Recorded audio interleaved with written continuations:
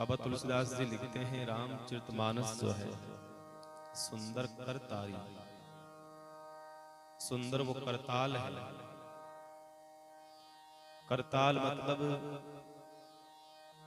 जो लकड़ी की हाथ में लेकर हम लोग बजाते हैं उसको नहीं कहा।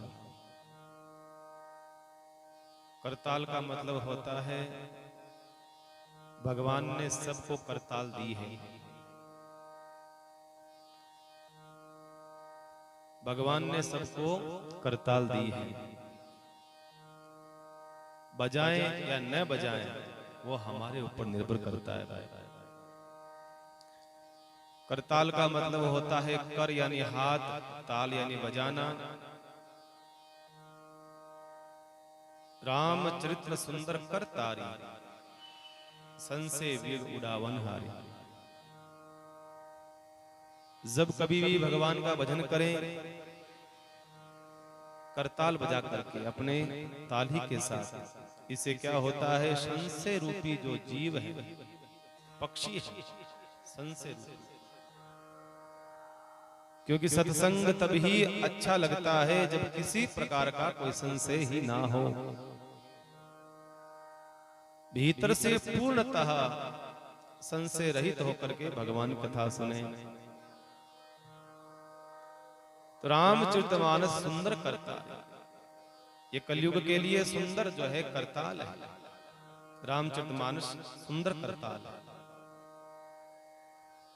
इसको गाने से, इसको सुनने से, श्रवण करने से संशय वेग उड़ावनवारी, जितने भी संशय रूपी पक्षी है उड़ते हुए भागते हुए नजर आएंगे जब हम कथा सुनेंगे।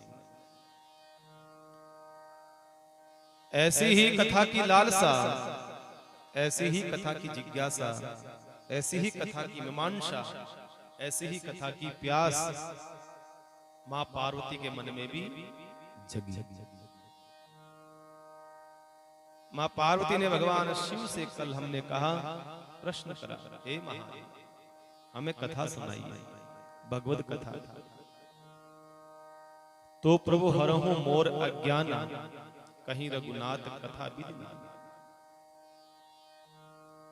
मां पार्वती कह रही है हमारे भीतर जो अज्ञान रूपी एक राक्षस ने जो जन्म लिया है उसको नष्ट करिए।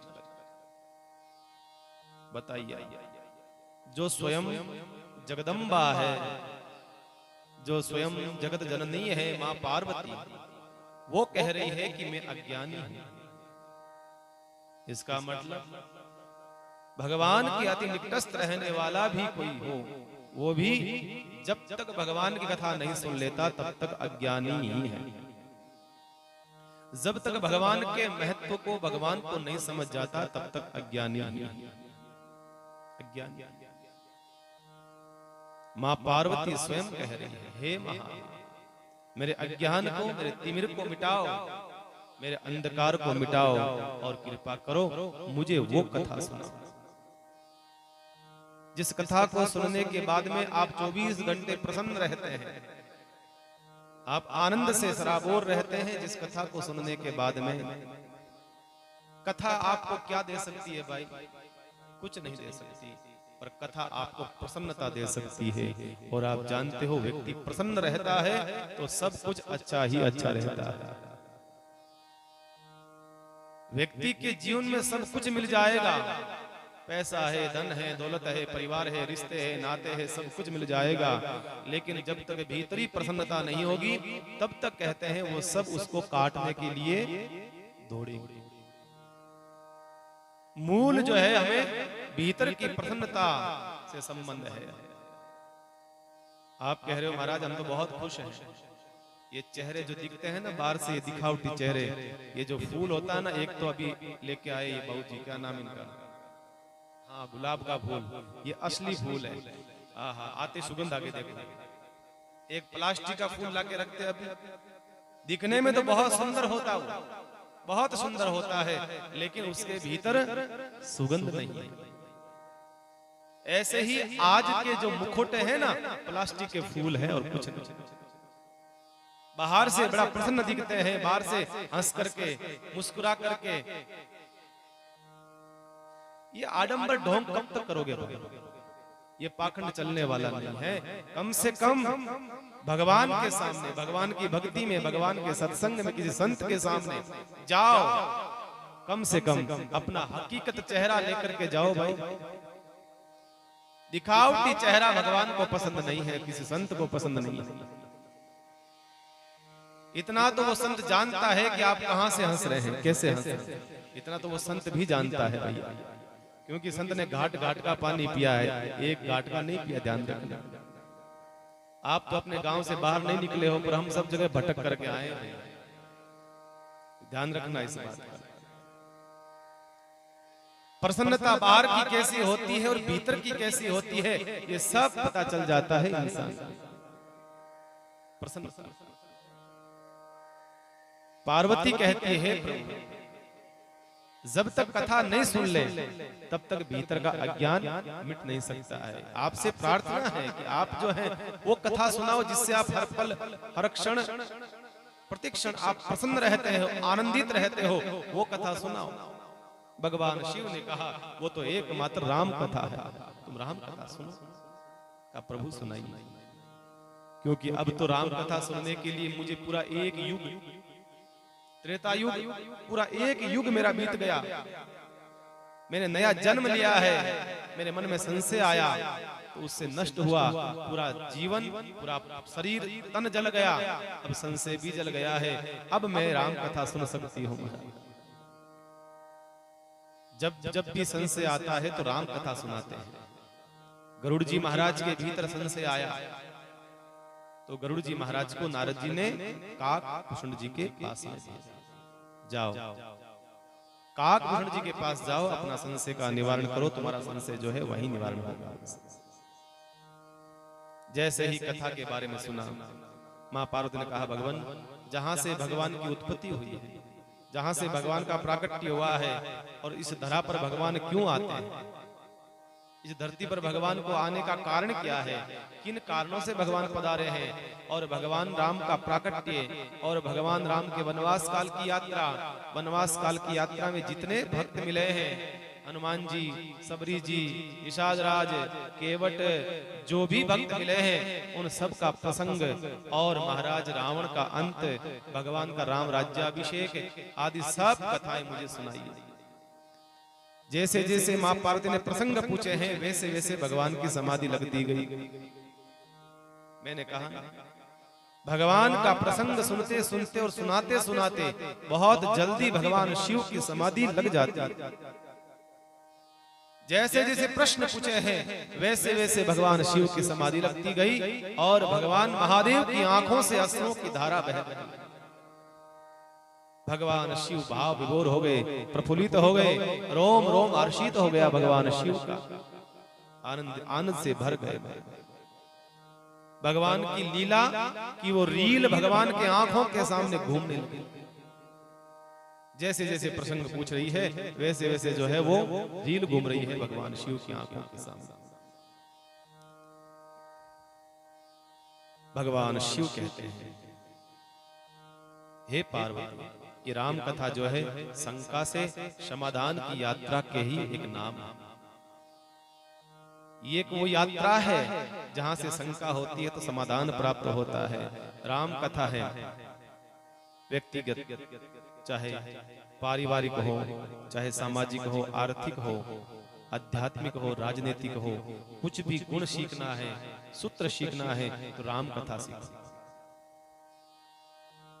राम कथा सुनो। किस प्रकार से राजनीति करनी चाहिए, राजा कैसा होना चाहिए, भगवान राम का वो व्यक्तित्व का दर्शन करो राजा बनने के लिए। पारिवारिक अपना दाम्पत्य जीवन कैसे सुधारना है, ये भी राम कथा सुनाती है। राम कथा का एक महात्म्य आता है। एक संत महात्मा कहते हैं कि एक बार रेलवे स्टेशन पर एक बुढ़ा आदमी, कोई 80 साल की उम्र रही होगी, 80 या 85 वर्ष की उम्र रही होगी, वो एक ट्रेन का इंतजार कर रहा था। कहीं यात्रा करने जाना था, रेल का इंतजार कर रहा था, तो सोचा कि अभी आने में थोड़ा विलंब है, अभी आने में थोड़ा सा समय है, इतने में क्या करें। उसने अपने झोले में से, जो झोला होता है, पहले के लोगों के पास में थैला आदि होता था, कुछ सामान रखने के लिए छोटा झोला लटका के रख देते पहले के लोग, तो उनके झोले में एक रामचरितमानस का छोटा सा गोटका था। छोटा सा गुटका जो होता है, जैसे वाणी जी महाराज का एक छोटा सा गुटके जी बने हुए होते हैं, छोटे से छपे लिखे हुए, ऐसे ही रामचरितमानस का छोटा सा गुटका था। उसको निकाल करके वो पढ़ने लग गया, पठन करने लग गया। सोचा अभी आने में विलंब है ट्रेन, तो एक काम करें, जरा इस समय को सार्थक तो करें। उसी समय क्या हुआ, कोई नया नया कोई शादी हुई थी, जोड़ा आया, पति पत्नी हंसते मुस्कुराते हुए आए, और उनको भी उसी ही ट्रेन में जाना था, उनको भी। तो वो भी पास में बगल वाली जो लगी हुई रहती है मेज, मेज क्या कहते हैं उसको, बैठने की जो होती है, उसके ऊपर वो जाकर के बैठ गए और दोनों प्रेम से बातें करने लगे। तो पति ने अपनी पत्नी से कहा, देख ये बुढ़ा ये पुराने जमाने की एक किताब रामचरितमानस को पढ़ रहा है, अरे अब तो नए नए कोई कई शास्त्र आ गए हैं, अब तो नए नए कई ग्रंथ आ गए हैं, तो उनको पढ़ना चाहिए। तो उसने कहा, उस बाबा जी से कहा, व्यक्ति से कहा अरे बाबा जी, अब तो नए नए साहित्य आए हैं, नए नए कई किताबें आई हैं, उनको पढ़ो, ये पुराना क्या लेकर के चल रहे हो, अभी तक इतने साल हो गए इसको लेकर के हाथ में पढ़ रहे हो हैं? कई प्रकार के और भी आ चुके हैं अब तो पढ़ने योग्य। उस वृद्ध व्यक्ति ने कहा, नहीं नहीं, मेरे को तो यही ठीक है। कहा, इसमें ऐसा क्या है, इसमें ऐसा है क्या? उस वृद्ध व्यक्ति ने कहा, सब कुछ है, सब कुछ है, ऐसा जो तुम कह रहे हो सब कुछ है, इसमें क्या नहीं है तुम तो ये पूछो। सब कुछ, जीवन से पारिवारिक हो, सामाजिक हो, जितनी भी समस्याओं का समाधान अगर प्राप्त हो सकता है वो इसमें हो सकता है। कहा, हम नहीं मानते इसको, ये बहुत पुराने जमाने का ग्रंथ है, हम नहीं मानते। कहा, ठीक है भाई, मत मानो तुम।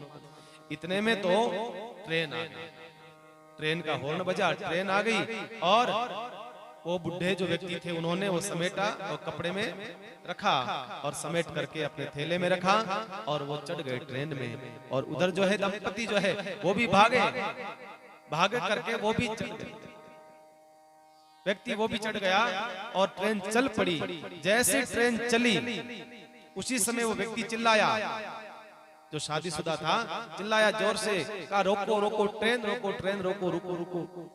लोगों ने कहा, भैया वाह, क्या ट्रेन को क्यों रुकवा रहे हो, बात क्या है? अरे कहा, बात क्या है, मेरी पत्नी तो नीचे रह गई, पीछे रह गई, उसको लेना है भाई, मेरी घरवाली तो नीचे रह गई, उसको भूल गया, मैं लेना ही भूल गया। तो गाड़ी रुकवाई गई। उसी समय उस वृद्ध व्यक्ति ने कहा, अगर तू ये राम कथा सुन लेता, ये रामचरितमानस का ये गोटका पढ़ लेता, तो तू ये गलती नहीं करता। इसमें कहाँ लिखा हुआ है कि ये पत्नी को साथ बिठाना चाहिए, पत्नी भी साथ होनी चाहिए पति के, ये कोई लिखा हुआ है क्या यहाँ पर? का बिल्कुल लिखा हुआ है। रामचरितमानस हर समस्या का समाधान है, तो फिर इस समस्या का समाधान भी होगा ना। कहाँ लिखा हुआ है? का पढ़ो। जब भगवान राम केवट के वहां जाते हैं और केवट की यात्रा में जब चलने का समय आता है, तो भगवान राम स्वयं पहले नहीं बैठते हैं, भगवान राम सबसे पहले माँ सीता को बिठाते हैं। सीता को बिठा करके फिर भगवान राम बैठते हैं, फिर लखन लाल बैठते हैं। तो भैया, अगर तू रामचरितमानस पहले सुन लेता, अगर जान जाता, तो जरूर तू ऐसी गलती नहीं करता।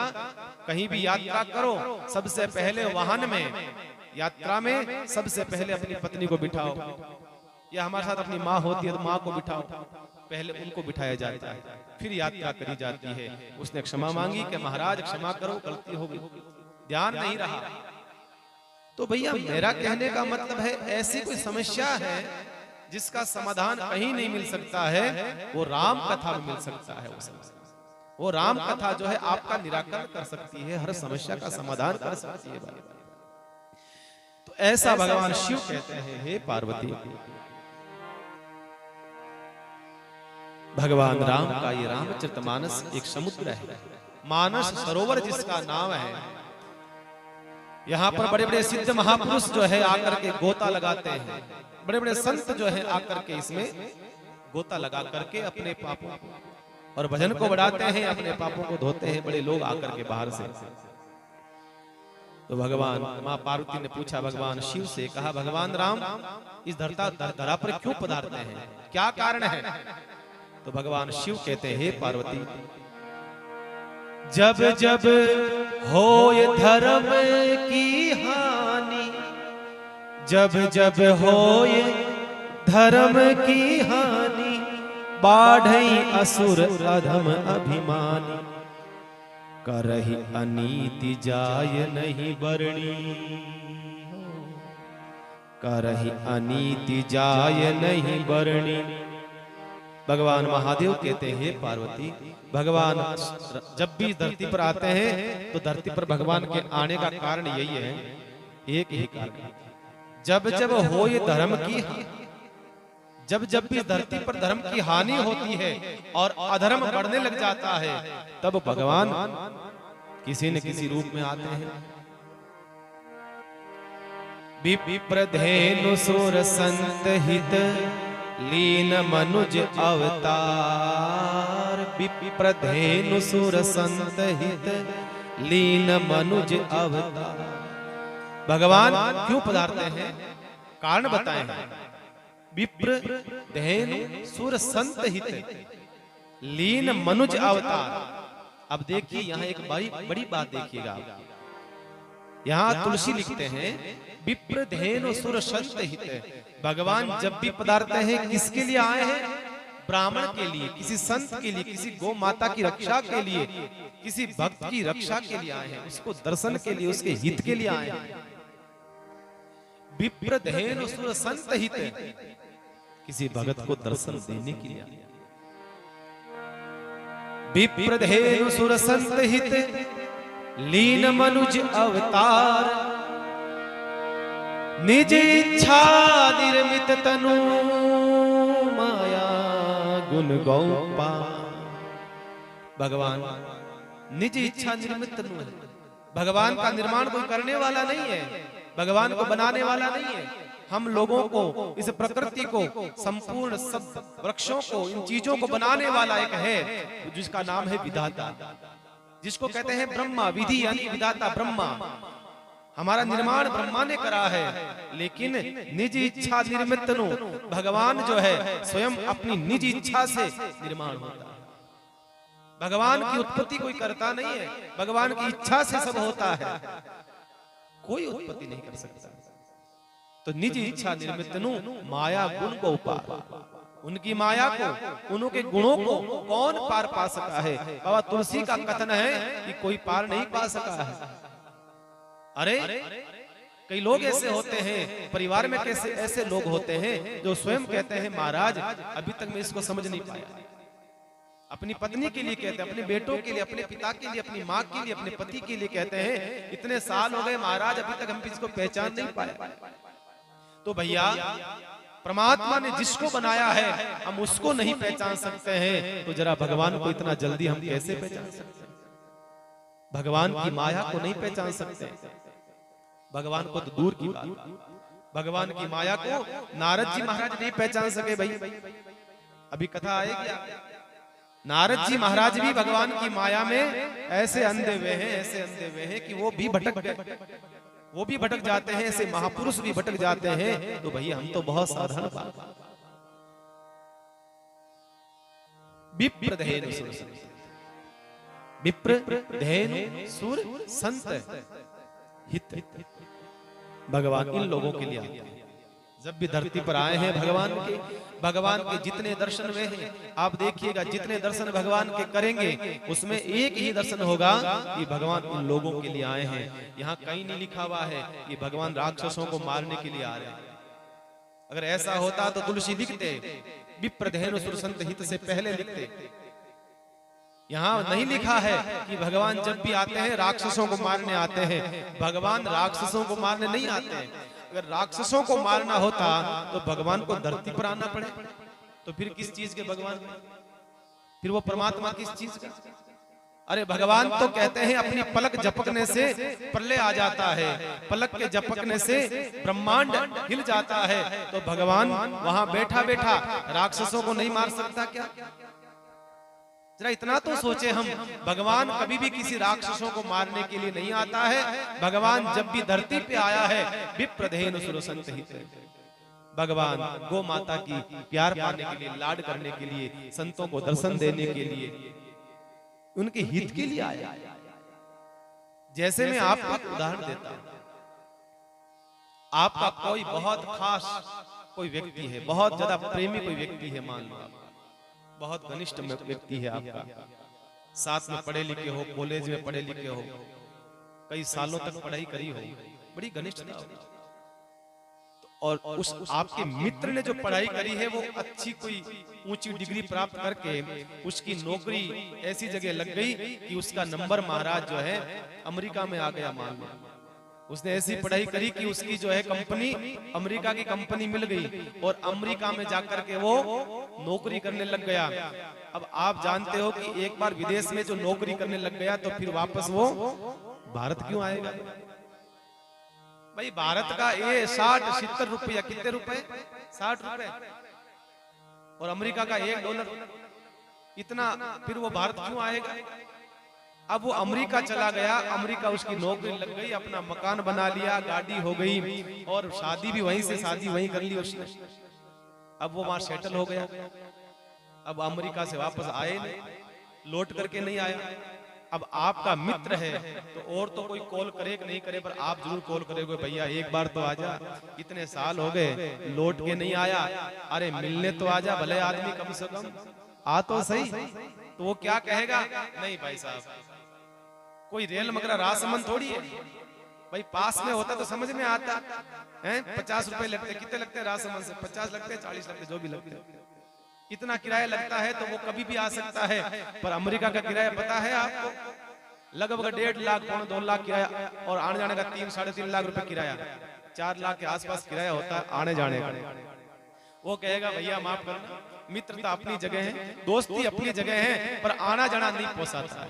तू टिकट करा दे, मैं आ जाऊंगा। भाई तुम्हारा ज्यादा प्रेम अगर उमड़ रहा है, तेरा बहुत प्रेम मेरे से उमड़ रहा है कि नहीं नहीं मिलना ही है मुझे अपने मित्र से, तो टिकट करवा दे। वो नहीं आएगा। क्यों? क्योंकि आप जानते हो कि बहुत दूर रहता है, उसके आने में लाखों रुपए लगेंगे, खर्चा लगेगा। आप हर बार वो यही कहेगा, नहीं भैया आ नहीं सकता, कोई काम तो है नहीं, अब हमारा परिवार यहाँ रहता है, मेरी पत्नी यहाँ, मेरे बच्चे यहाँ, मैं क्यों आऊं? आना जरूरत ही नहीं मुझे, क्यों आऊं मैं, काम तो है नहीं।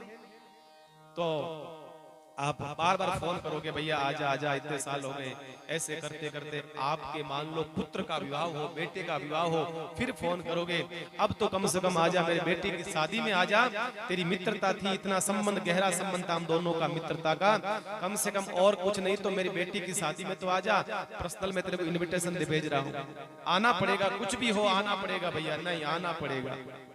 अब वो सोचेगा कि देखो इतने साल हो गए, चलो भारत चल करके आते हैं, और मेरे मित्र की शादी, भाई बेटे की शादी है तो शादी भी अटेंड कर लेंगे। इस प्रसंग को सुनना जरा ध्यान से। अब वो उसने टिकट बनाया, उसने अपनी पत्नी का टिकट बनाया, अपने बच्चों का टिकट बनाया, और वो लोग जो हैं अपने मित्र की शादी के लिए आ रहे हैं। अब जैसे ही वो भारत पहुंचा, अपने घर पहुंचा, अब सोच रहा है कि शादी में भी 2 दिन बाकी है, तो मैं अपने घर आया हूँ, अपने गांव आया हूँ, तो कम से कम अपना मकान तो संभालूं। भाई इतने साल से मकान बंद पड़ा है, मकान में कचरा जम गया होगा, टूट फूट हो गई होगी, पता नहीं क्या क्या दशा हुई होगी, कारीगर को बुला के कम से कम मकान को ठीक करवा दो, बाकी ऐसे तो आना होगा नहीं। अब वो मकान की साफ सफाई करवा रहा है, मकान को ठीक करवा रहा है, साफ सफाई करवा रहा है। अब सच बताना कि वो व्यक्ति किस लिए आया था? क्या मकान साफ करने के लिए आया? वो व्यक्ति सच में आया किस लिए था? वो व्यक्ति आया था अपने मित्र के बच्चे की शादी में आया। फिर वो सोच रहा आ ही गए हैं तो जरा अब अपने मकान की साफ सफाई भी करते जाएं। आ ही गए हैं, कोई 4 लाख रुपए लगा करके कोई मकान की सफाई तो करने नहीं आया, इतने लाखों रुपए लगा कर थोड़ी आया। अब आ ही गया है, सोच रहा है अब जाता जाता कम से कम इस मकान की सफाई तो करके जाऊं। अब इस दृष्टांत से आप सोच रहे होंगे महाराज कहना क्या चाह रहे हैं। दृष्टांत जो कहा, इस दृष्टांत का मतलब होता है कि भक्त जो होता है भगवान को बुलाता है, प्रभु एक बार तो आ जा, एक बार मुझे दर्शन दे दे, तेरा दीदार हो जाए, मैं दर्शन कर लूं तेरा। अब भगवान सोचता है मैं आ ही गया हूं मेरे भक्त को दर्शन देने के लिए, पर जो गंदगी है, जो राक्षस है, दुष्ट है, परेशान कर रहे हैं, कम से कम इनकी सफाई तो करता हुआ जाऊं, कम से कम अब आ ही गया हूं तो मैं, बाकी चला करके मैं राक्षसों को मारने थोड़ी आया हूं। मैं तो आया तो भक्तों को दर्शन देने के लिए आया हूँ, आया तो भक्तों को सुख देने के लिए आया हूँ। बाकी ये जो परेशान कर रहे हैं इन संतों को, ये राक्षस लोग, दुष्ट लोग, इनका भी मैं सफाया करता हुआ जाऊं। भगवान इसलिए कहा है विप्रधेनु सुर संत हित लीन मनुज अवतार, निज इच्छा निर्मित तनु माया गुण गहु पार। इसलिए भगवान जो है जब भी आते हैं अपने भक्तों को, संतों को, गौ माता को, ब्राह्मणों को सुख देने के लिए आता है, सुख देने आया है परमात्मा। करहि अनीति जाय नहीं बरणी, तुलसी लिखते हैं सिद्ध ही विप्रधेनु सुर धरहि, तब तब प्रभु धरी विधि शरीरा। कहते हैं हस्तिनापुर की भरी सभा में जब अधर्म हो रहा था द्रौपदी के साथ, तो भगवान ने आकर के उस अधर्म को नाश करा। शिव कहते हैं ऐसे ही भगवान के आने के अनेक कारण हैं, एक नहीं है, अनेक कारण हैं, जिन कारणों से भगवान धरा पर पधारते हैं। तो महाराज पार्वती ने कहा महाराज थोड़ा बहुत कारण हमें भी तो बताओ, भगवान के कौन से कारण हैं इस धरती पर आने के। तो भगवान शिव कहते हैं हे पार्वती, पहला कारण है सनकादि ऋषियों का श्राप, पहला कारण। भगवान के दो द्वारपाल हैं, क्या नाम है, जय और विजय। भगवान के द्वारपाल है भगवान विष्णु, 24 घंटे भगवान की वहां पहरेदारी करने वाले हैं जय और विजय, दोनों भगवान के खास, एकदम खास आदमी। एक दिन की बात है कि 4 भाई हैं, ब्रह्मा जी की सबसे पहली संतान भगवान, और 24 अवतारों में सबसे पहला अवतार सनकादि ऋषियों का था। सनत है, सनंदन है, सनानंद है और सनकादिक है, ये 4 भाई हैं, ये ब्रह्मा जी के बेटे हैं। और जैसे ही जन्म हुआ इनका, जैसी प्राकट्य होता है इन चारों भाइयों का, तो ब्रह्मा जी ने कहा जल्दी करो, जल्दी से बड़े हो जाओ, पढ़ाई लिखाई कर लो, और पढ़ाई लिखाई करके फिर शादी कर लो, फिर बच्चे पैदा करो, फिर संसार को आगे बढ़ाओ।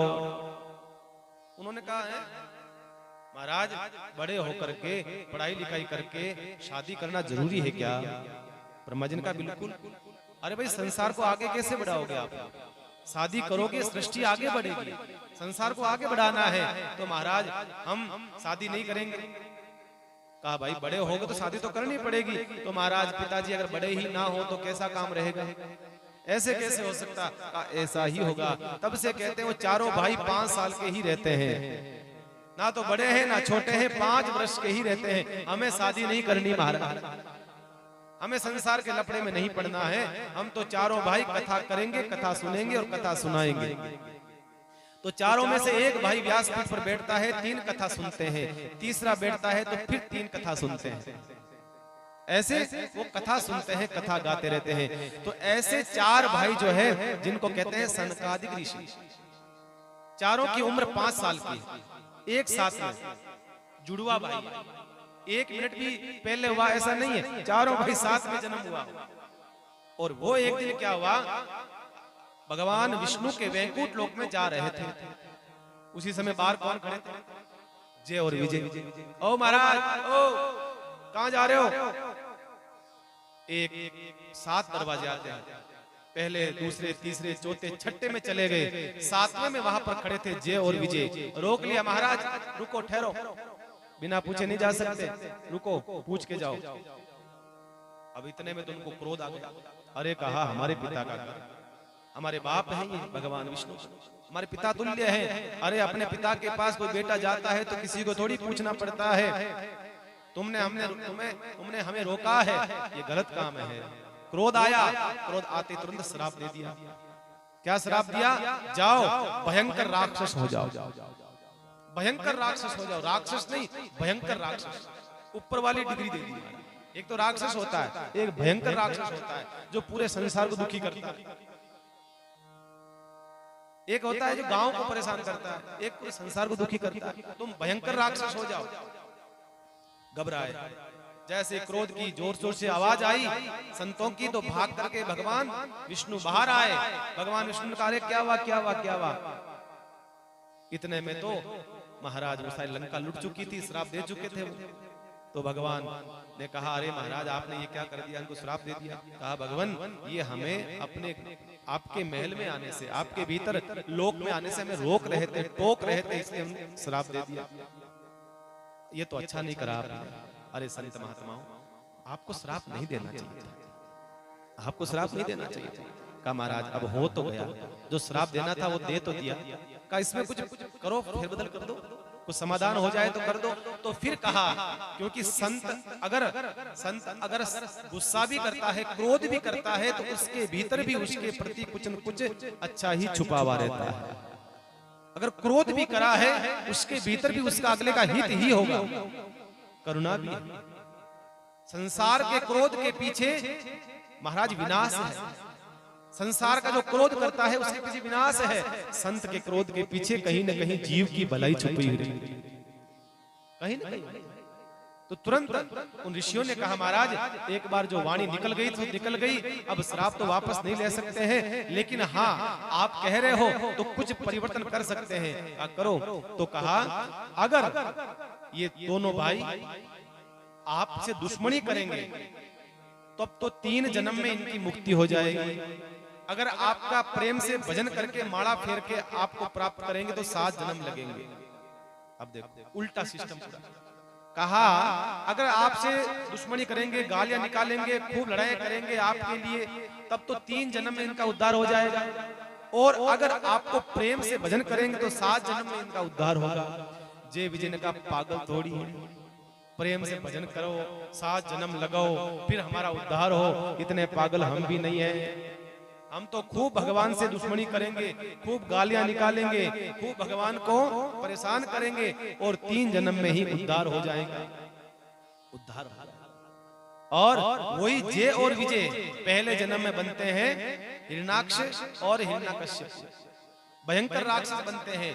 दूसरे जन्म में वही जय और विजय बनते हैं रावण और कुंभकर्ण। तीसरे जन्म में वही जय और विजय बनते हैं महाराज शिशुपाल और दंतवक्र। तो इनके लिए भगवान ने अवतार लेना पड़ा है पार्वती, इनके लिए।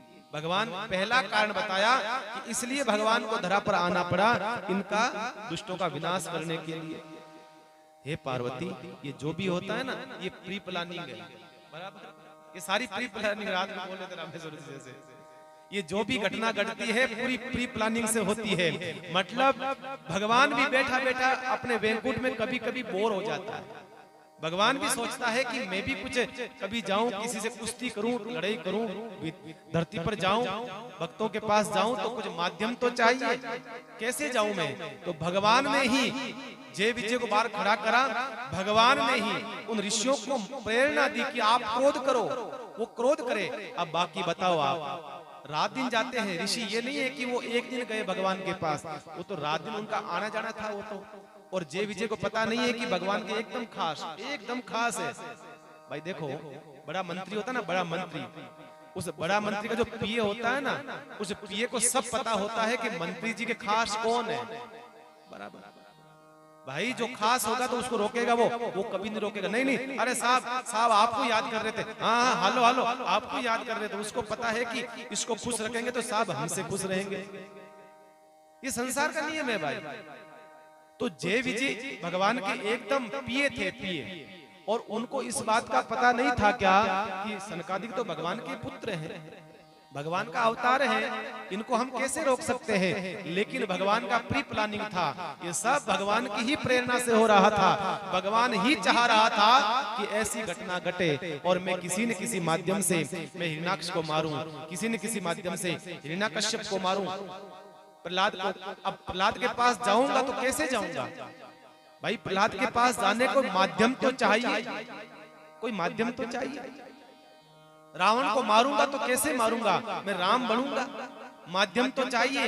इसके बहाने क्या होगा, एक तो राक्षस मरेगा, दूसरा जो है राम बन करके पूरे संसार में मेरी राम की भूमिका समाज के बीच में, संसार के बीच में एक सुंदर प्रस्तुत होगी, मेरी मर्यादा की भूमिका। तो भगवान ये चाहता है। शिशुपाल दंतवक्र को मारने के लिए भगवान कृष्ण ने ये सोचा होगा कि मैं कैसे जाऊंगा उन गोपियों को सुख देने के लिए, उस सुदामा को सुख देने के लिए, उन गोप गवालों को सुख देने के लिए मैं कैसे जाऊंगा। इसका माध्यम बनाया शिशुपाल और दंतवक्र। तो ये जो भी घटना घटती है भगवान की इसमें इच्छा निहित होती है। भगवान चाहता है कि ये क्रोध करे और ये गुस्सा करे और ये श्राप देवे और मैं जाऊं। इसमें सब भगवान की ही इच्छा से हो रहा है बंधु। अरे संत कहते हैं ना, भगवान की इच्छा के बगैर तो पत्ता भी नहीं हिलता। इतना हम जानते हैं कि भगवान की इच्छा के बगैर कुछ भी संभव नहीं है। तो ये इतना बड़ा कांड होना, घटना कैसे हो सकता है। जय विजय ने भगवान का वो श्राप संतों का स्वीकार करा है और पहला कारण भगवान महादेव कह रहे हैं, हे पार्वती, भगवान के अवतार लेने का पहला कारण ही है। का प्रभु और कोई कारण का? बिल्कुल। दूसरा कारण था जालंधर। जालंधर नाम का दैत्य था, बड़ा ताकतवर। उस धरती पर कहते हैं उस जमाने में कोई और दैत्य नहीं था। इतना भयंकर दैत्य था वो कि उसने तो तीनों लोकों में हाहाकार मचा दिया। उसके पीछे कारण क्या था? ताकत किसकी काम कर रही थी उसके पीछे? उसकी पत्नी। लड़ तो वो रहा था पर ताकत किसकी काम कर रही थी? उसकी पत्नी।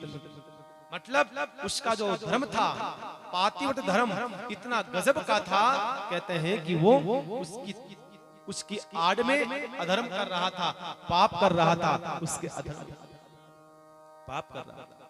ये ताकत है। पातिव्रत धर्म में तो वो ताकत है। प्रसंग आता है भैया रामचरितमानस के अंदर, कहते हैं जब भगवान राम और लखन जब युद्ध कर रहे थे रावण के, वहां लंका के मैदान में जब रणांग क्षेत्र में युद्ध चल रहा था, उस समय रावण के बेटे मेघनाद ने लक्ष्मण जी को बाण मारा, शक्ति मारी और लक्ष्मण जी मूर्छित हो गए। आप कथा सुनते हो, लक्ष्मण जी मूर्छित हो गए। ऐसी दशा हो गई लक्ष्मण जी महाराज मानो वो मृत प्राय हो गए, मृत प्राय, मरने जैसी स्थिति होगी, मर ही गई वो समझ लीजिए आप।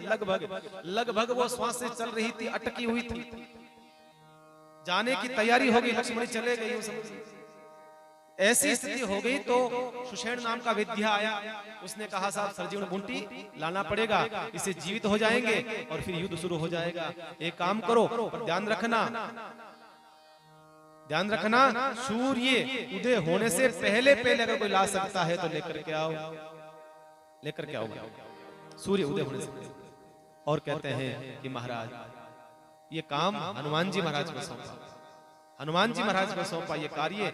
और हनुमान जी महाराज जो है सरजीवन बूटी लेने के लिए गए हैं। अब जैसे ही वहां गए, आप सब सुनते हो कि हनुमान जी महाराज सोचा कि अब इसमें से पहचानूं कैसे। जल्दीबाजी में क्या होता है, कई लोगों को कहते हैं वो सामान लेकर के आ जा, दुकान पर जा, सामने रामचंद्र दुकान पर जा, सामान लेकर के आ। अब जल्दी जल्दी कुछ पूछना भूल जाते हैं, कौन सी कंपनी का लाना है, कैसा लाना है, आइटम कैसा होना चाहिए, जल्दी में पूछना भूल जाते हैं। तो वहां जाकर के याद आता है। तो लक्ष्मण यही स्थिति हनुमान जी की हो गई, जल्दी भाग के तो आ गए पर पूछना भूल गए कि उसकी शक्ल तो बताओ कैसी होती है, छोटी होती है, मोटी होती है, काली होती है, पीली होती है, सरजीवन बूटी होती कैसी है, पूछना भूल गए। हनुमान जी को यूं ही नहीं कहा जाता है महाराज बुद्धि निदान, हनुमान जी को यूं ही कहा जाता है कि ये बहुत बुद्धि है, चतुर है, ऐसे नहीं कहा गया, हकीकत में बुद्धिमान थे। हनुमान जी ने सोचा अब वापस पूछने जाऊंगा तो टाइम लगेगा, फिर वापस आऊंगा, फिर लेकर के जाऊंगा तो इतना राउंड टाइम लगेगा, इतने में तो सूर्य उदय हो जाएगा और लक्ष्मण जी मर जाएंगे। तो हनुमान जी महाराज ने पूरा पहाड़, जो बहुत हजारों कोष का जो पहाड़ था, किलोमीटर का पहाड़ ही उठा लिया कि जो भी बूटी होगी इस पर ही होगी, ढूंढ करके अपने आप वेदराज जी समाधान कर देंगे। उठा करके चलने लगे और रास्ता कौन सा था? अयोध्या से होते हुए आ रहे थे, अयोध्या के ऊपर से वो निकल रहे थे। और उसी समय कहते हैं अयोध्या में पास में गांव था नंदीग्राम। नंदीग्राम में भरत जी महाराज कहते हैं रात्रि को भजन कर रहे थे, भगवान का भजन कर रहे थे। उसी समय क्या देखा, कोई बहुत बड़ा कोई पहाड़ लेकर कोई व्यक्ति जा रहा है। अब उनको दिखाई नहीं दिया कि ये कौन है। सोचा कि हो सकता है ये पहाड़ मेरी अयोध्या पर नहीं पड़ जाए, क्योंकि भगवान राम ने कहा है, हे भरत, जब तक मैं लौट के नहीं आऊं तब तक अयोध्या की रक्षा करना तुम्हारा काम है। इसलिए भरत जी ने उठाया धनुष और लगाया बाण और सीधे हनुमान जी महाराज को नीचे पटका। नीचे गिर गए हनुमान जी महाराज। तब नजदीक जब गए हैं, परिचय दिया हनुमान जी ने भरत जी महाराज को। तब भरत जी ने कहा, क्षमा करना हनुमान, मुझे ध्यान नहीं रहा, मुझे पता नहीं रहा, क्षमा करिएगा, आप जल्दी से पधारिए। जैसे ही मालूम चला है कि हनुमान जी आए हैं और सरजून बूटी लेकर के जा रहे हैं, पूरे जो जो जो बात थी पूरी अयोध्या में फैल गई। सारी बात अयोध्या में फैल गई। अयोध्या के लोग आ गए, अयोध्या का राज परिवार आ गया भाग भाग करके। कौशल्या माँ आ गई, सुमित्रा आ गई, कैकेयी आ गई, लक्ष्मण जी महाराज की जो पत्नी है वो भी आ गई भाग करके। लक्ष्मण जी महाराज की पत्नी आ गई, चारों भाइयों की पत्नी आ गई, कहते हैं तीनों भाइयों की। और कहते हैं उस पत्नी ने जब देखा कि मेरे पति जो है वो मर रहे हैं, ऐसा कैसे हो सकता है, ऐसा तो संभव नहीं है। तब कहते हैं हनुमान जी महाराज ने भरत जी से कहा, हे भरत जी, मुझे जल्दी जाना होगा, मुझे जल्दी जाना होगा। तब लक्ष्मण जी की जो पत्नी है उसने कहा, अरे हनुमान, क्यों जल्दी कर रहे हो आप, जल्दी करने की आवश्यकता कहाँ। अरे कहा, आपको पता नहीं है बहन, लक्ष्मण जी महाराज को अगर मैं नहीं गया तो फिर वो जीवित नहीं होने वाले हैं। सूर्य अगर उदय हो गया तो फिर वो बूटी जो है वो काम नहीं करती है। उस बूटी का नियम है कि वो उस समय ही काम करे, सूर्य उदय होने से पहले पहले ही कार्य करती है। तब उसकी पत्नी ने, लक्ष्मण जी पत्नी ने कहा, चिंता न करो, अरे कम से कम इतना तो मेरे पर विश्वास करो। तुम क्या सोचते हो, तुम्हें ऐसा लगता होगा कि मेरे पति को मेघनाद ने बाण मार दिया और वो नीचे गिर गए। नहीं नहीं नहीं, इतनी ताकत नहीं है, मेघनाद की ताकत नहीं है कि मेरे पति को बाण मारे और वो ऐसी स्थिति में चले जाएं। नहीं, ऐसा नहीं हो सकता है। मेरा धर्म कहता है, मेरा पतिव्रत धर्म कहता है कि ऐसा कभी हो नहीं सकता है। तो फिर क्या कारण है बहन, आप बताओ। कारण कुछ और है।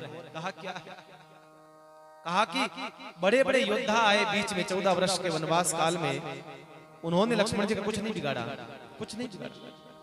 ये तो भगवान राम का कराया हुआ कार्य है, ये भगवान राम ने करवाया है। ऐसा सब, ये सब जो है लीला हुई भगवान राम की कराई हुई है। हनुमान जी ने कहा, ऐसा कैसे। कहा, भगवान राम चाह रहे थे कि हम तो आराम से सो रहे हैं, हम राम और सीता, लेकिन लक्ष्मण कभी सोया नहीं है, इतने सालों से जागा हुआ है। किसी भी कारण से, किसी भी प्रकार से लक्ष्मण कुछ पल सो जाए तो भगवान, एक बात बताओ हनुमान, जिसके रोम रोम में भगवान बसे हैं, राम बसे हैं, उसमें ऐसी कौन सी जगह खाली रह गई जहां पर मेघनाद ने बाण मार दिया।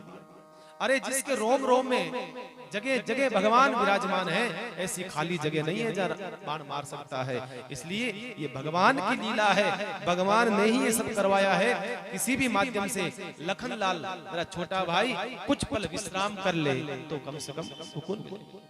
भगवान की सब लीला है, ये सब भगवान करवा रहा है। विश्राम दिलाना चाह रहा है लक्ष्मण जी महाराज को। अच्छा ठीक है, फिर चलता हूं मैं, सूर्य उदय हो जाएगा। तब उसने कहा, वीरांगना ने कहा, अरे चिंता मत करो, आप चिंता मत करो। उर्मिला कहती है, अरे एक बात बताओ, आप इतना विश्वास करिए, मेरा विश्वास करिए कि जब तक आप लंका की भूमि पर नहीं पहुंच जाओ तब तक सूर्य उदय नहीं होगा। ये मेरा वचन है, एक पतिव्रता स्त्री का वचन है। तुम निश्चिंत होकर के जाओ, मेरा वचन है, जब तक आप लंका की भूमि पर नहीं पहुंच जाओ तब तक सूर्य देव की ताकत नहीं है कि वो उदय हो जाए। ये मेरा संकल्प लेकर के आप मान करके चलिएगा। महाराज कहते हैं, हकीकत में सूर्य उदय नहीं हुआ। उर्मिला कहती है कि आप ऐसी वैसी बात मानते हो, अरे हमारा धर्म कहता है, हमने ऐसे ही थोड़ी धर्म निभाया है। इस प्रकार से वो धर्म, वही धर्म कहते हैं। वो राजा था जालंधर, जालंधर की जो पत्नी थी जिसका नाम था वृंदा, वो वृंदा का ही यही था। जालंधर लड़ रहा था, झगड़ रहा था, जीत रहा था सबको। उसके पीछे ताकत किसी और की नहीं बल्कि उसकी ही पत्नी की ताकत काम कर रही थी। पत्नी के पातिव्रत धर्म के आधार पर वो लोगों का बुरा कर रहा था। वो बुरा कर रहा था। तो कहते हैं सामान्य धर्म एक होता है आपद धर्म, दो प्रकार का धर्म होता है। तो भगवान ने सोचा कि ऐसे तो ये मरेगा, तो क्या करना चाहिए, इसका पातिव्रत्य स्त्री का धर्म का भंग करना चाहिए। इसको मारने का और दूसरा उपाय नहीं है। जब तक इसकी स्त्री का धर्म भंग नहीं होगा तब तक ये मरेगा नहीं। तो कहते हैं जालंधर तो युद्ध कर रहा था रण क्षेत्र में, और उसी समय भगवान ने ही जालंधर का रूप बना करके उनके घर पर आ गए, उनके घर पर आ गए। वृंदा ने सोचा ओ हो मेरे पति आए हैं, ये पता नहीं कि तो भगवान है। सोचा मेरे पति आए हैं, तुरंत भगवान ने कहा अरे वृंदा पानी लेकर के आ, जल लेकर के आ। तुरंत जल लेकर के आई और जैसे जल ला करके दिया उसी समय भगवान का स्पर्श हो गया। धर्म भंग होने का मतलब ये नहीं होता है कि गलत आचरण ही कर लेना, धर्म भंग का मतलब होता है कि स्पर्श ही हो जाना धर्म भंग कहलाता है। भगवान का स्पर्श जो है, भगवान ने उसके साथ स्पर्श हुआ, उससे मात्र से उसका धर्म भंग हो गया। उसी समय उसको पता चल गया और क्रोधित हो गई और भगवान को श्राप दे दिया कि आपने एक पति के बाहर होते हुए घर में प्रवेश करके आपने किसी का धर्म भंग कर दिया। जाओ मैं आपको श्राप देती हूँ महाराज, आप पत्थर के हो जाओगे, आपको मैं श्राप देती हूँ। कहते हैं वही भगवान ने अगला एक अवतार का जो कारण बताया है वो भी यही बताया है। कहा कि आपकी अनुपस्थिति में यही राक्षस आएगा और आपकी पत्नी का हरण करके ले जाएगा, यही राक्षस आएगा। और कहते हैं वही महाराज जालंधर जो है रावण बनता है। कैसे भी करके भगवान के अवतारों के कारण जो है संत महात्मा अपने अपने ढंग से बताते हैं। और वही फिर जब मालूम चलता है वृंदा को, सारी घटना मालूम चलती है, भगवान से माफी मांगी वृंदा ने कि प्रभु क्षमा करो, ध्यान नहीं रहा। तब कहते हैं भगवान ने कहा चिंता न करो, तुम भी मेरी साथ नहीं रहोगी। और वृंदा वही तुलसी बनकर के भगवान के ही राम जी के साथ में रहती है आज भी। ये कारण बताया। कहते हैं तीसरा कारण जो है वो उसकी कथा का विस्तार करने की हमें आवश्यकता नहीं है, क्योंकि तीसरा कारण जो है हमने बड़े विस्तार के साथ में पहले ही सुन लिया है। नारद जी महाराज का प्रसंग, शिव पुराण की जब कथा सुनी थी हमने, उस शिव पुराण कथा के अंदर हमने नारद जी महाराज का प्रसंग सुना था। नारद जी महाराज ने भयंकर तप किया था, उस तप के फलस्वरूप उनको अहंकार आ गया था। तो भगवान विष्णु के पास गए, तो भगवान विष्णु ने जो है उस अहंकार को नष्ट करने के लिए मायावी नगर की रचना करी और विश्व मोहिनी नाम की स्त्री बनाई। और उस स्त्री के द्वारा उनका मन हर्षित होता है और विवाह करना चाहते हैं, और भगवान विष्णु उसके साथ विवाह कर लेते हैं। जब मालूम चला नारद जी को क्रोध आया तो श्राप दे दिया। नारद जी महाराज ने कहा जाओ, जिस प्रकार से मैं एक स्त्री के विरह में तड़पा उसी प्रकार से आप भी एक स्त्री के विरह में तड़पो। और जिस प्रकार से आपने मुझे बंदर का चेहरा दिया, बंदर का रूप दिया, जाओ यही रूप, यही चेहरा, यही बंदर आपके संकट में काम आएगा। भगवान का ये तो अच्छी बात है, बंदर हमारे काम आवे, हमारा सहयोग करे तो और अच्छी बात है। बाकी बंदर किसका सहयोग करे हमारा? बंदर तो चश्मा लेके भागने वाले हैं, परेशान करने वाले हैं, हाथ में से सामान लेके भागने वाले हैं। ये अच्छी बात कही आपने कि बंदर मेरा सहयोग करेंगे, मेरी मदद करेंगे, ये अच्छी बात है। तो वही भगवान राम बनते हैं, वही भगवान राम बनते हैं। और वही जो बंदर का चेहरा दिया था, वही बंदर जो त्रेता युग में सब भगवान की सेना बन करके भगवान के साथ में भगवान का सहयोग करते हैं। ये एक कारण ये बताया है महाराज संत महात्मा। और एक कारण बताया है स्वयंभू मनु और शत्रुपा का कारण बताया है। स्वयंभू मनु अरु सतरूपा, जिनते भई सृष्टि अनुपा। दंपति धर्म आचरणनीका, दंपति धर्म आचरणनीका। अजहु गाहु श्रुति जिनके नीका, अजहु गाहु श्रुति जिनके नीका। श्री राम जय जय राम, श्री राम जय जय राम। श्री राम जय राम जय जय राम श्री राम श्री राम जय जय राम श्री राम श्री राम जय जय राम श्री राम जय जय राम।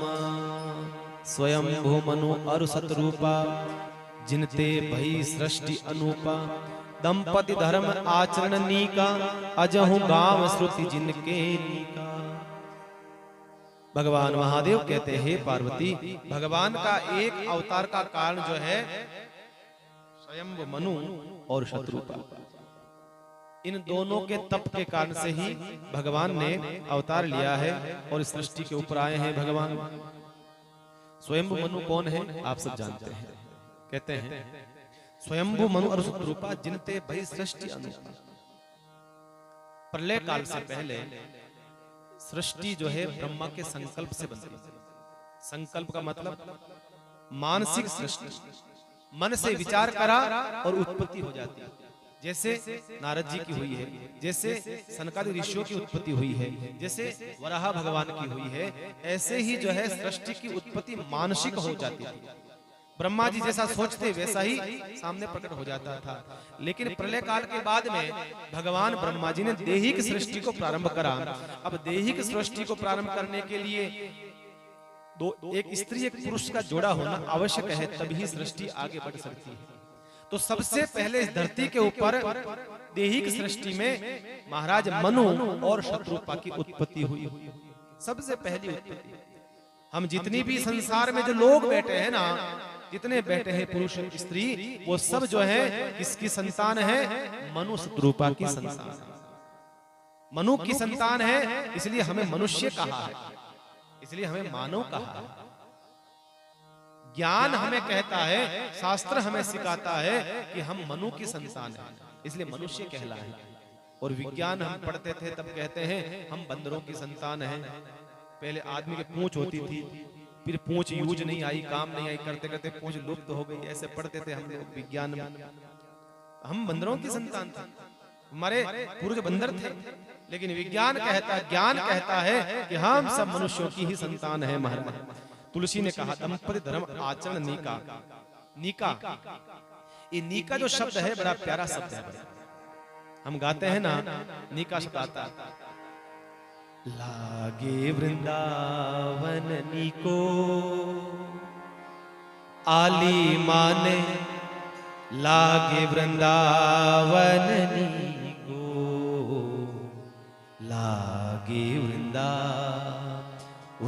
नीको आली माने, लागे वृंदावन नीको। ये नीको जो शब्द है, नीको का मतलब होता है एकदम मनमोह, मन को मोहने वाला।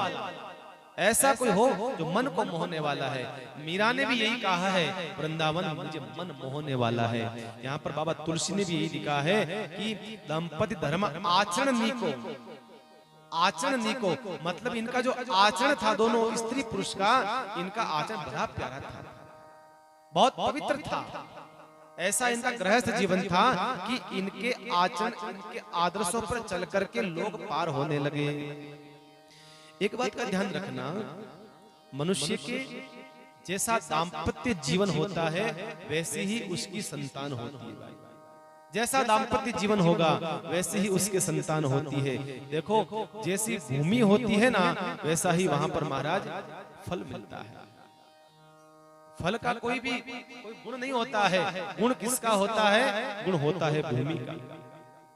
पौधा, आप तो पौधा कहीं पर भी लगा दो, उग भी जाएगा।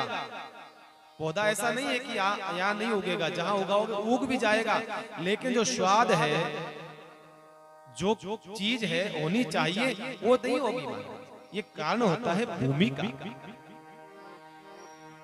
जो मिठास होना चाहिए वो मिठास नहीं हो पाएगा, वो मिठास प्राप्त नहीं होगी। अब आम का पौधा तो आपके रेल मगरा में उगा सकते हो भाई, कौन मना करे, और आम लग भी जाएंगे। लेकिन एक जो बनारस का आम आता है और एक आपके यहाँ का आम है दोनों आम, है दोनों आम। लंगड़ा आम आता बनारस का, है दोनों आम ही है, फर्क कुछ नहीं है, लेकिन दिखने में फर्क कुछ नहीं है, लेकिन जब उसमें स्वाद में जब जाओगे तो स्वाद वही लगेगा। स्वाद में हकीकत देखा जाए तो वो उसमें स्वाद आएगा हमारा। इसी प्रकार का गुजरात का सौराष्ट्र का आम दशहरी आम कहते हैं उसमें। आम यहाँ पर भी है, आम वो भी है, लेकिन स्वाद का फर्क पड़ जाता है। कारण क्या है? उसका मूल कारण है भूमि। वो जो भूमि का प्रभाव है, उस भूमि का प्रभाव जो है उससे के अंदर आ जाता है। तो मेन कारण ये बताया है महाराज, ध्यान रखना। उनके जो बेटे थे उत्तानपाद और प्रियव्रत, बड़े अच्छे थे महाराज। मनु के 2 पुत्र हुए थे जिनका नाम उत्तानपाद और प्रियव्रत था, और 3 बेटियां हुई, आकुति, देवहूति और प्रसूति, 3 बेटियां होती है, और वो भी बड़ी समझदार थी। और उत्तानपाद के घर में ध्रुवजी महाराज जैसे संत का आगमन हुआ। ध्रुवजी महाराज जैसा संत आया, और देवहूति के घर में भगवान स्वयं कपिल बन करके सांख्य शास्त्र का उपदेश देने के लिए भगवान कपिल स्वयं पधारे। भगवान कपिल स्वयं आए। अब इसका कारण क्या है? ऐसे तो नहीं आ गया, उसके पीछे एक मूल कारण है कि उनका दाम्पत्य जीवन अच्छा था, उनका दाम्पत्य जीवन आदर्श करने योग्य था उनका जीवन। तो ध्यान रखना, बच्चों को बिगाड़ने के लिए सिर्फ टीवी है, मोबाइल है, लैपटॉप है, ये चीजें नहीं है। माना कि कुछ फर्क पड़ जाता होगा इन चीजों से बच्चों को बिगड़ने में। लोग कहते हैं महाराज अब क्या करें, बच्चे बिगड़ गए, क्या करें, टीवी आ गई आजकल, टीवी के कारण से हो गया, ऐसा हो गया। तो मैं ये नहीं कहता हूं कि भाई नहीं बिगड़ सकते, हाँ कुछ प्रतिशत मान सकते हो आपके बच्चे बिगड़ने का कारण है, पर मूल कारण ये नहीं होता है भाई। बच्चों को बिगड़ने का मूल कारण ये नहीं होता है। मूल कारण होता है कि महाराज उनका बच्चों के माँ बाप का दाम्पत्य जीवन कैसा है, मूल कारण उसका फर्क पड़ता है, उसका मेन प्रभाव पड़ता है आपका दाम्पत्य जीवन कैसा है। इसलिए बार बार जो है संतों ने एक बात पे जोर दिया है कि भाई आपका दाम्पत्य जीवन सुधारो। बच्चों को सुधारने से पहले अपने आप को सुधारो, बच्चे अपने आप सुधर जाएंगे। अपने आप को सुधारो। हम आप कहोगे महाराज हम तो सुधरे हुए, हम कैसे सुधरे? नहीं सुधरे हुए भैया, हम पूरे जो है बच्चों को बिगाड़ने का तैयारी हम लोगों ने कर रखी है महाराज। नहीं, कभी नहीं। मूल जो होता है जैसे भूमि, उस भूमि में से ही उसकी फल की है, अनाज की उत्पत्ति होती है, उसका ही स्वाद आता है भूमि का। अब आपके जो मक्का होता है इधर क्षेत्र में, हमारे मारवाड़ में इतना मीठा नहीं होता भाई, वो मक्के का वो स्वाद नहीं होता, क्योंकि इसकी भूमि ये है, इसकी भूमि ये है, तो ये मक्का जो है यही अच्छा लगता है। अब वहां की बाजरी यहाँ बाओ, वो स्वाद नहीं आएगा। बाजरी बीज लेकर के आ जाओ, पर वो बीज लाने के बाद में भी वो चीज नहीं बन पाएगी, क्योंकि वो मारवाड़ क्षेत्र की भूमि है। जिस भूमि में जो बहाया जाए, बोया जाए, उस भूमि का ही उसके अंदर वो रस, वो आनंद, वो स्वाद, वो मिठास उसके अंदर आ सकता है, बाकी नहीं आ सकता। तो मूल क्या है? वो भूमि है। मूल भूमि है, भूमि ही है, इसलिए कहा है। तो मूल जो है आपके आचरण की पवित्रता ही आदमी के, मनुष्य का सृजन करती है। किसी भी व्यक्ति के सृजन में क्या होता है? आपकी आचरण हो और आचरण भी पवित्र हो, तो उस पवित्रता से एक व्यक्ति का सृजन होता है। नहीं तो वही व्यक्ति चोर बनेगा, गुंडा बनेगा, डाकू बनेगा, लुटेरा बनेगा। अगर आचरण में पवित्रता नहीं होगी तो फिर क्या मतलब रहा? तो मूल क्या है? उस मूल को ही सब दोष देते हैं। अब जैसे ही अब कोई बहू बनकर के किसी घर पर जाती है बेटी, तो अगर काम ढंग से नहीं करते हैं तो बेटी को नहीं कहते हैं सासू गाई गई, थारी माँ धन वही सिखायो गई, उसको नहीं कहेंगे, उसकी माँ को कहेंगे थारी माँ तो लकड़ कौन दिया, वाह वाह गेली अच्छी हुई है, उसकी माँ को दोष देंगे। ध्यान रखना, कारण, मूल कारण क्या है? भूमि। उसकी उत्पत्ति जो हुई है, उसके भूमि की पवित्रता, उसके आचरण को लेकर के मनुष्य का सृजन होता है। तो दोष उसको होता है, तकलीफ उसको भुगतनी पड़ती है, पीड़ा उसको होती है। एक संत वे महाराज बहुत अच्छे, राजेंद्र दास जी नहीं, मुझे नाम नहीं याद आ रहा है। वो एक कहानी कहा करते थे बड़ी प्यारी। वो कहते थे कि एक आदमी था, रास्ते रास्ते वो जा रहा था, तो अचानक बीच में एक कोई बगीचा आया और बगीचे में आम का एक वृक्ष देखा उसने। और आम का वृक्ष देखते ही एकदम पीले पीले आम देखकर उसके मुंह में पानी आ गया। एकदम बढ़िया पीले पीले आम पके रहते और उसको लगा कि आम खाने चाहिए। अब बगीचे की दीवार लगी हुई है, अब बगीचे के अंदर जाऊं तो कैसे जाऊं? तो कहते हैं उसने प्रयास करा। अब आदमी को इच्छा हुई, देखा किसने? आंखों ने। अब आंखों ने देखा तो आंखें तोड़ नहीं सकती, आंखें तो तोड़ सकती नहीं है। आंखों ने देखा तो आंखों ने किसको बोला? मन को बोला, एक काम कर, वो आम बहुत अच्छा दिख रहा है, चलो आम के पास। अब आंखों ने कहा तो मन चल पड़ा। अब मन तो चल नहीं सकता, तो मन ने किसको कहा? पैरों को कहा, ए भैया ले चल। अब मन चल नहीं सकता तो पैरों को कहा, तो पैर जो है आगे बढ़े। अब पैर पहुंच तो गए पर आम तोड़ नहीं सकते, तो पैरों ने कहा ये ट्रांसफर करो हाथों को। तो मन ने वो काम हाथों को ट्रांसफर करा, तो हाथों ने लिया पत्थर और जोर से पत्थर मारा। हाथों ने जैसे पत्थर लिया, पत्थर जोर से मारा, पर वो आम तो टूटा नहीं। वो पत्थर जाकर के जो रक्षक था बगीचे का, माली था, वो पत्थर जाके उसके माथे में लगा। अब जैसे ही वो माथे में लगा, अब महाराज हालत खराब हुई उस आदमी की। अब तो कहते हैं वो सीधा व्यक्ति जो है भागने की तैयारी करने लगा। अब जैसे ही भागा, पीछे से वो आदमी आया और आदमी लट लेकर के आया, और लट कहां बरसाए? सीधे मोरों दे मारे महाराज। अब इसमें क्या दोष है? मोर का, कमर का कोई दोष नहीं है, पर लट उसको पड़ रहे हैं महाराज। और जैसे लट पड़े आंसू आए, कहां से? आंखों से आंसू आए। तो मूल जिसने महाराज प्रेरणा दी थी उसमें से ही वापस आंसू आने पड़े। संत बड़ा प्रेम के भाव से उत्तर देते थे। कहते हैं मूल जो है आंख थी, सारा काम कराया आंख का था, तो वापस आंख में से ही अश्रु आते हैं वापस। तो कहीं न कहीं जो है इसमें गलती किसकी होती है? भूमि की होती है, भूमि की होती है। हमारे बच्चे बिगड़ रहे हैं, हम सब कह देते हैं महाराज ये हमारा कहना नहीं मान रहा है, जरा इसको समझाओ, आप हमारा कहना नहीं मानता, समझाओ। अरे समझाना कोई बड़ी बात नहीं है, लेकिन जब तक बच्चे को वैसा माहौल बनेगा घर का, वैसा ही उसका फर्क पड़ेगा, उसका भाई वैसा ही उसका फर्क पड़ेगा।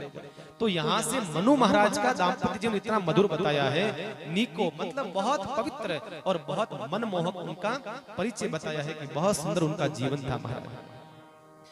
कहते हैं मनु महाराज की तो एक बहुत बड़ा मनुस्मृति के नाम से, मनुस्मृति के नाम से बहुत बड़ा ग्रंथ है मनु महाराज। अब ऐसा नहीं है कि मनु महाराज ने वो ग्रंथ लिखा है, हालांकि लेखक जो है मनु महाराज भी नहीं है। मनु महाराज के आचरणों को देख करके, मनु महाराज के सिद्धांतों को देख करके उस ग्रंथ की रचना ग्रंथकारों ने लेखन करके उसकी रचना की। बाकी मनु महाराज ने ग्रंथ नहीं लिखा है भाई।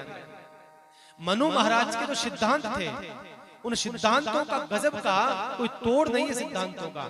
ऐसे उनको सिद्धांत थे, उनके आचरण थे, आचरण के कारण से वो मनुस्मृति बन गई। अब लोग आजकल के जमाने में कई लोग मनुस्मृति का विरोध करते हैं, मनुस्मृति ये है, वो लिखा है, वो लिखा है, पर हकीकत में इसका तोड़ तो बताओ। माना कि इसको हटा देंगे, अगर गलत लिखा हुआ है, सरकार भी यही कह रही है, अगर गलत लिखा हुआ है तो हम हटवा देंगे, पर इसका तोड़ बताओ भाई, समाधान तो बताओ कि इसकी जगह क्या होना चाहिए। ये तो हमें पता नहीं, तो फालतू क्यों पंचायती कर रहे हो, लाडे की बुआ बन रहे हो भाई? फालतू पंचायती लोग करते हैं। आजकल मनुस्मृति पर बहुत बड़ा युद्ध चल रहा है, बहुत बड़ी बहस चल रही है कि मनुस्मृति मनुस्मृति मनुस्मृति। हकीकत क्या है? मनुस्मृति में जाकर के प्रवेश करोगे तो कुछ मालूम चले भाई। अनपढ़ गीवार अशिक्षित जो लोग होते हैं ना, वो ऐसी बातें करते हैं। तो मनुस्मृति में सिर्फ जो है मनु के सिद्धांत में लिखा गया है, उसमें कोई संशोधन आज तक नहीं तो कर पाया है और नहीं भविष्य में कोई कर सकता है। कोई संशोधन नहीं कर सकता है। उनका जो है इस प्रकार का आचरण था, वो संविधान बन गया, मनु का एक संविधान बन गया, इस प्रकार का संविधान बन गया। तो इस प्रकार से मनु महाराज के सिद्धांतों को समझो भाई। ऐसे ही उनके घर में भगवान का प्राकट्य नहीं हो गया, ऐसे ही भगवान उनके घर में नहीं आ गए। मैं कहता हूं ना, हर माँ चाहती है कि मेरे घर में राम जैसा पुत्र हो। हर माँ चाहती, कौन नहीं चाहती है भाई, हर घर में चाहते मेरे राम का जैसा बात माने, मेरे बेटा बात माने, मेरी सेवा करे, ये करे वो करे। पहले कौशल्या तो बन जा, अरे राम तो आ जाएंगे भैया, राम तो आने के तैयार बैठे हैं। राम कब मना कर रहे हैं? हर माँ चाहती है, हर माँ चाहती है मेरा बेटा कृष्ण होना चाहिए, श्रवण कुमार होना चाहिए। पर वैसे लक्षण तो लाओ, वैसे भाव तो लाओ, भाव का सृजन करो कम से कम। तो आपके घर राम आएंगे, श्रवण आएगा, कृष्ण आएंगे आपके घर में। संत कहते हैं कि मनु के जैसा सिद्धांत होना चाहिए, वैसी परंपरा, वैसा आचरण होना चाहिए। तो ये है मनु महाराज कारण है। तो मनु महाराज के विषय में दो बातें और भी हम आपसे कहेंगे, पर समय ने जवाब दिया है, कल के विषय में जरूर हम सुनाएंगे। आइए पुरुषोत्तम मास का हम जो है श्रवण करें। बोलिए पुरुषोत्तम भगवान की।